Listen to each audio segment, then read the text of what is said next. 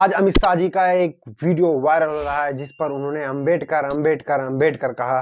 उस पर तमाम विपक्षी पार्टी के नेता और तमाम विपक्षी पार्टी के लोग अमित शाह पर टूट पड़े हैं और उन्होंने कहा कि इस तरह का भाषा का प्रयोग कोई नेता नहीं करता, लेकिन इतने बड़े पद पर बैठे हुआ कोई इंसान या आदमी कैसे कर सकता है। उन्होंने कहा जितनी बार लोग अंबेडकर अंबेडकर अंबेडकर का नाम लेते हैं, अगर इतनी बार ये अपने भगवान का नाम लें तो इनको आप आगे वीडियो में देख सकते हैं कि उन्होंने क्या कहा।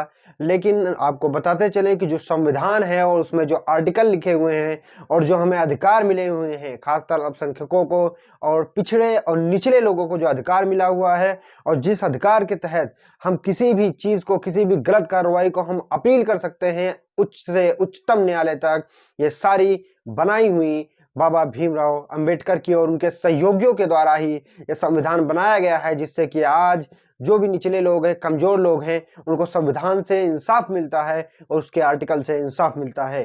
तो चलिए देखते हैं आखिर क्या था पूरा मामला और क्या थी वजह।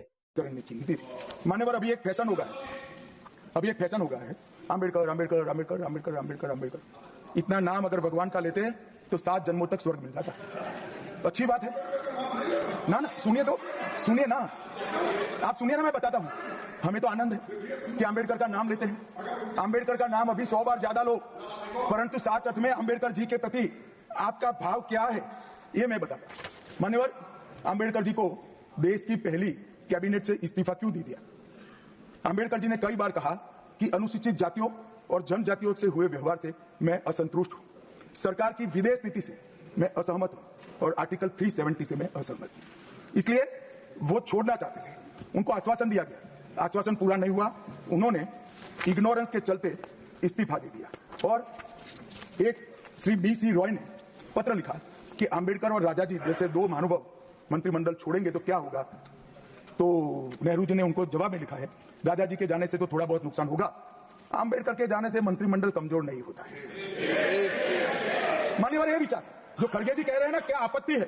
जिसका विरोध करते हो उसका वोट के लिए नाम लेना कितना उचित है? क्योंकि अब अंबेडकर जी को मानने वाले पर्याप्त संख्या में आ गए हैं, इसलिए आप अंबेडकर अंबेडकर कर रहे हो। मान्यवर, मुंबई के मेयर ने एक पत्र लिखा था कि मऊ में अंबेडकर जी का स्मारक।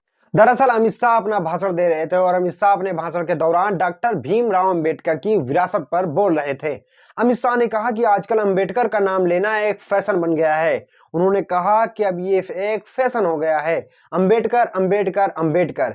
इतना नाम अगर भगवान का लेते तो 7 जन्मों तक स्वर्ग मिल जाता। लेकिन इसी दौरान अमित शाह के पूरे भाषण के एक अंश को लेकर काफी विवाद हो रहा है। अमित शाह के इस बयान पर कांग्रेस पार्टी और लोकसभा में नेता प्रतिपक्ष राहुल गांधी ने भी आपत्ति जताई है। इसी के बीच राहुल गांधी ने भी अपने एक्स अकाउंट पर लिखा कि मनुष्य मृत्यु को मानने वालों को अंबेडकर जी की तकलीफ बेशक होगी ही। बुधवार दोपहर प्रधानमंत्री नरेंद्र मोदी ने अमित शाह के भाषण के बारे में लंबा पोस्ट किया। उन्होंने कहा कि अमित शाह ने संसद में अंबेडकर को अपमानित करने के काले अध्याय को एक्सपोज किया है। कांग्रेस के अंबेडकर के प्रीत पापों की लंबी फेहरिस्त है, उन्हें दोबारा चुनावों में हराना भी शामिल है। इसी बीच मल्लिकार्जुन खड़गे ने भी कहा कि आज भरे सदन में बाबा साहब का अपमान किया गया है और इससे पहले एक बार सिद्ध हो गया है कि बीजेपी RSS तिरंगे के खिलाफ थे। उनके पुरखों ने अशोक चक्र का विरोध किया था। संघ परिवार के लोग पहले दिन से भारत के संविधान के बजाय मनुस्मृति को लागू करना चाहते हैं। उन्होंने कहा अंबेडकर मनुस्मृति के खिलाफ थे, ये उनके प्रति इतनी घृणा है। उन्होंने चेतावनी वाले अंदाज में कहा कि मोदी सरकार के मंत्रीगण ये कान खोलकर समझ लें कि मेरे जैसे करोड़ों लोगों के लिए बाबा साहब डॉक्टर अंबेडकर जी भगवान से कम नहीं है। वो दलितों, आदिवासियों, पिछड़े वर्ग, अल्पसंख्यक और गरीबों के मसीहा हैं और हमेशा रहेंगे।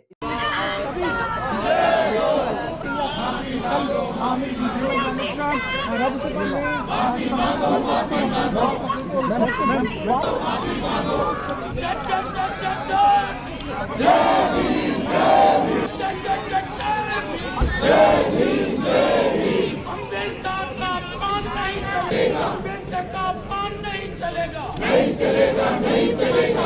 अमित शाह माफी मांगो, अमित शाह माफी मांगो, माफी मांगो, माफी मांगो, अमित शाह माफी मांगो, अमित शाह माफी मांगो, माफी मांगो, माफी मांगो, माफी मांगो, माफी मांगो। अमित शाह नहीं सहेगा हिंदुस्तान, बाबा साहब का अपमान नहीं सहेगा हिंदुस्तान, बाबा साहब अमित शाह माफी मांगो, माफी मांगो।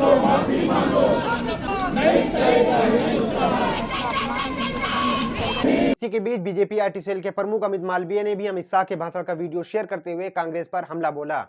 अमित मालवीय ने कहा कि कांग्रेस की विश्वसनीयता शून्य हो गई है, इसलिए अब भ्रम फैलाने की राजनीति का सहारा लेना पड़ रहा है। गृह मंत्री अमित शाह जी का पूरा बयान कांग्रेस की बाबा साहब अम्बेडकर और दलित समाज के प्रति नफरत को उजागर करता है, लेकिन तमाम पार्टियां इसका विरोध कर रही हैं कि जिस तरह से बाबा भीमराव अम्बेडकर का इन्होंने नाम लिया कि अम्बेडकर अम्बेडकर, इस तरह से तमाम अम्बेडकरवादी जो कि अम्बेडकर भीमराव अम्बेडकर को भगवान ही मानते हैं, उनके दिलों को कहीं ना कहीं ठेस पहुंचा है। और इसके लिए लगातार बीजेपी ये प्रयास कर रही है कि ऐसा हमने नहीं किया, लेकिन तमाम विपक्षी पार्टियां इसका विरोध कर रही हैं और आखिर देखते हैं क्या होता है।